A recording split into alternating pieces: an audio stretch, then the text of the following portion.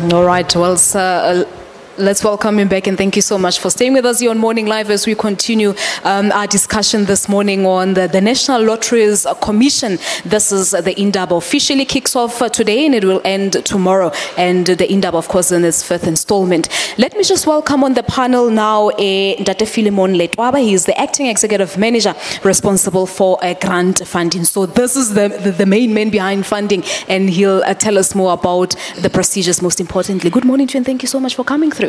Good morning, Palesa. Good morning to your viewers and the beneficiaries. All right, and I can I say this on air that I heard that you're getting married this Saturday. Congratulations and all the best. Thank you. All right, well, there you have it. But I think I'm looking at my Twitter account now. Many questions, a lot of them coming through. People saying, what is the procedure? How do we go about putting through applications for funding? Palesa, I think what we've done as the National Lotteries Commission, we've tried to simplify the process of application with the NLC. That has started with making sure that we're spread across all the provinces of South Africa. We've got offices in all the 9 provinces of South Africa. And we go through a rigorous education and awareness process that we go and educate our people. And really the process is very simple. You need to have a registered NGO, NPO, a public benefit trust or a community trust that will then enable you as part of the mandatory requirements that we need for you to access funding at the NLC. But second to that, there are certain qualifying criteria that we look at depending on the amount that you are applying for. The funding for National Lottery has been categorized in 3 main different categories. If you are applying for a small grant, which is a grant that is limited to 500,000, that is between 0 and 500,000. That is a very simple process, by the way.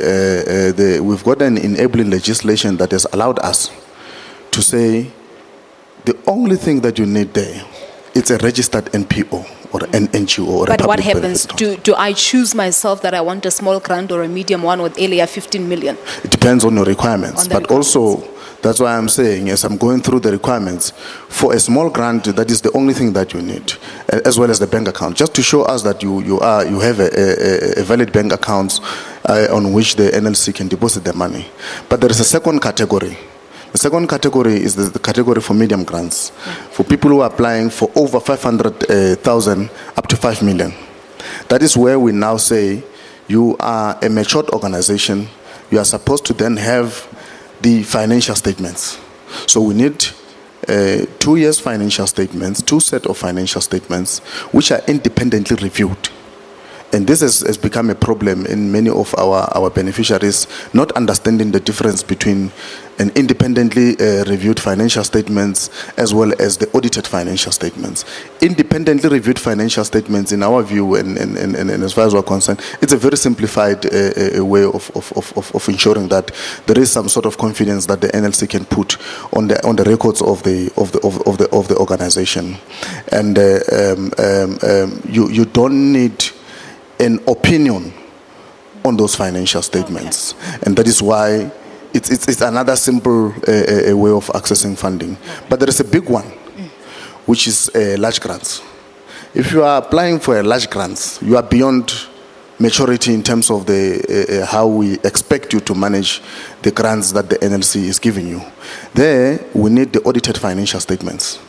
But it will also be coupled with 2 sets of financial statements that are required. But you must also show the capacity to expend on that money. All right. Well, there you have it. That's the explanation, who qualifies to apply and so on. Let me just take a look at Twitter now, some of the tweets coming through. The first one from Stachalale. And he says, at times, processes we go through when we request funding are so rigorous, very discouraging. I reside in the Free State and I desperately need funding for music lessons I offer to upcoming musicians. And Meshalot, I don't know if Prof will take this one, but it brings me to my next question. Who do you fund? I was looking at your funding pie and I saw that a huge chunk of money goes to charities. Yes, it is legislated. We can't bypass that. It says charities the budget for charities is 47% of the money we collect, which might be 1 billion or 900 million. For sport is 28, and for arts, I think it's 23. So you can see that even if we've got many artists, and I need to qualify why it is 23, it is because the mother department, our shareholder, in terms of films and other things, they do fund the very same industry.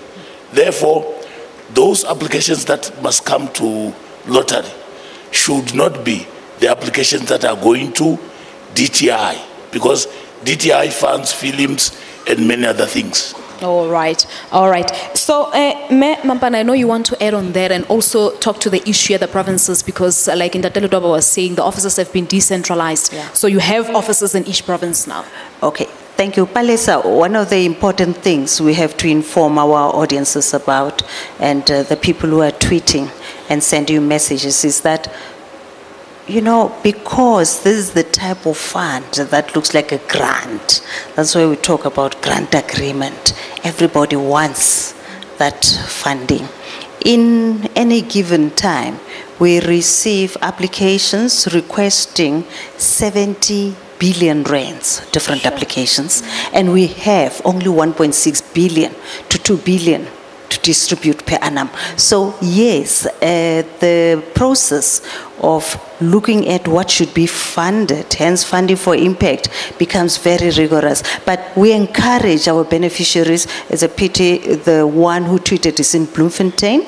Our offices are in Velkom, but they have an opportunity to interact with our offices. We now have an open call system. We no longer have a situation where people would have to wait for a year for a call for applications. So anytime people can walk into our offices, that process is streamlined. There are officials who just sit there and help you to make sure that your application is compliant and you can access funding. So I'm encouraging the lady who's teaching music to do exactly that. But what's the turnaround time for the applications? The turnaround time is legislated. It's 150 days. I wanted you to put that on there. We can proudly tell you that ever since we started implementing, we are achieving that 150 days, because one of the things we got to do as well, we are saying if this is a fund for development, the act is clear that we should capacitate beneficiaries. So it's not about you bringing a project that we will reject, you know, just after looking at it. It's about helping you, sending you home to go and do it properly. And still, we still meet that 150 days. We have permanent members of the distributing agency who are hard at work. So there is nothing like projects will, you know, be in our system for more than 2 years like it used to happen in the past. Mr. Action here has cleaned the system. Oh, Kimang, Mr. Action. The groom. Oh. Yeah. All right, but now I think it's time to go to the floor. Ladies and gentlemen, let's just hear some of the stories that you have, how you benefited, or maybe you have questions as to how to go about. Let's take the first question from the floor. Good morning to you, May. Yes, you can go ahead.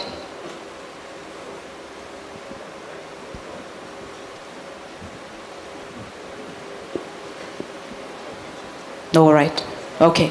We'll just try to get the microphone to members of the community who are here. But as we continue this discussion here, as I said, you can also be able to become part of the discussion at Morning Live. SABC is our Twitter handle, and just take it Palesa Chubisi so that I can be able to put through your questions here. Just trying to update my Twitter handle here. All right, there is a question from the floor now, I'm told. Let's take that question or comment. Anyone from the floor? Okay, no. All right, there we have a hand over there. All right, Ndata, good morning to you. Hi, good morning. My name is James Lau. I'm from the Northern Cape. Yes, the Lotto definitely has made a major impact into the type of service which is in the substance abuse field we are rendering within the Northern Cape. As you would know that Northern Cape is beginning to be the gateway regards to substance that are coming in via the Northern Cape, as most of your drug lords would fled from your Western Cape province and would set up home in the Northern Cape area. And through the Lotto funding, we are able to reduce the impact of substance abuse within the specific area that we service. Yes, we can do much more because the plea is definitely there. Substance abuse are one of the main causes that break up household. The social fabric of our community are totally been broken due to substance abuse. And I just want to acknowledge the Lotto and say thank you for the Lotto for making an impact with us by providing us that grant. I thank you. All right. Well, thank you so much indeed. Well, that's a compliment coming from the Northern Cape province, where we do know that the province has a huge problem of substance abuse. And that they're basically saying that they appreciate what the National Lotteries Commission and the board has done for the province itself. Well, we have a second hand there. If we can just get the microphone through to me and hear what... All right. Thank you very much. I'm coming from Eastern Cape. I just want to have a clarity on this 150 days of funding, because I'm one of the beneficiaries who sent the application in 2015, but even today I didn't even receive anything. So what was the application about? Were you reapplying for funding? I was applying for funding for charity. For charity? Yes. But you are currently a beneficiary, is that what you said? I'm a beneficiary. I didn't even receive funding for 2015. My concern is that Umama said they took 150 days to look to the application in order to take a decision. But to me, it's impossible because I don't know how many 150 days from 2015 up to previously, were you funding? So you had to reapply in 2015? I had to reapply in 2015. And you're still waiting? I'm still waiting, yes. Okay, all right. Ma'am Charlotte or Prof, I don't know who's going to take that one. The 150 days was an initiative that started in 2015. So it was after the last call for applications. Let me concede and say we don't have anything on the system. Yeah. In terms of what was implemented, what was submitted from the time we implemented this 150 days turnaround. But for those old applications, I must say, yes, the train is on. They should be done by the end of November, but we have another challenge with our beneficiaries. Most of them will come back and say, I have not received any response. Whereas the project would have been declined, or there would have been problems with the address that the beneficiary has provided. I will encourage Mama that at the back there, we have a stand for the Eastern Cape. She must just go there and check what happened to her project. All right. Thank you. If you can just explain to us in that about what happens if you receive funding, do you need to reapply every year? How does it work? With the introduction of the legislation, there is what our beneficiaries will call a problematic cooling off period, which we are dealing with. It is in our legislation that you can't apply within 12 months of receiving your last payment. So there is that cooling off period, and the intention there was to ensure that we allow access to other people, but also to allow the NLC to have a better planning on the cash flow. But then that seems to be a problematic on some of the NGOs. We are actively working on that issue. All right. But in terms of monitoring, Prof, what happens after you give funding to these specific NGOs and NPOs? Do you go back and see how the money is used, or do you just give money and leave it at that? In fact, that's what people are saying is vigorous, because before we adjudicate your application, the MNE must go to that place to check whether this is a project, whether this project is known by the councillors there, a ward councillor, whether this project is also known by a traditional leader. You must pass that test. If in the past we used to have fraudulent, financial statements, we have to go and ask the accountant who signed those statements to say, write a letter if you confirm that this organization has got financial statements. So MNE is sent to the organization. Remember, if it is 500,000, we may pay in two tranches. Therefore, the second tranche will be based on how did you use the first tranche, and we must check even your invoices. So it means the monitoring is very much vigorous. All right. Well, there you have it. Keep your questions coming through and comments at Morning Live SABC, and we are still going to take a few hands from the floor. But for now, let's quickly take an ad break. We'll be back right after this. Stay tuned.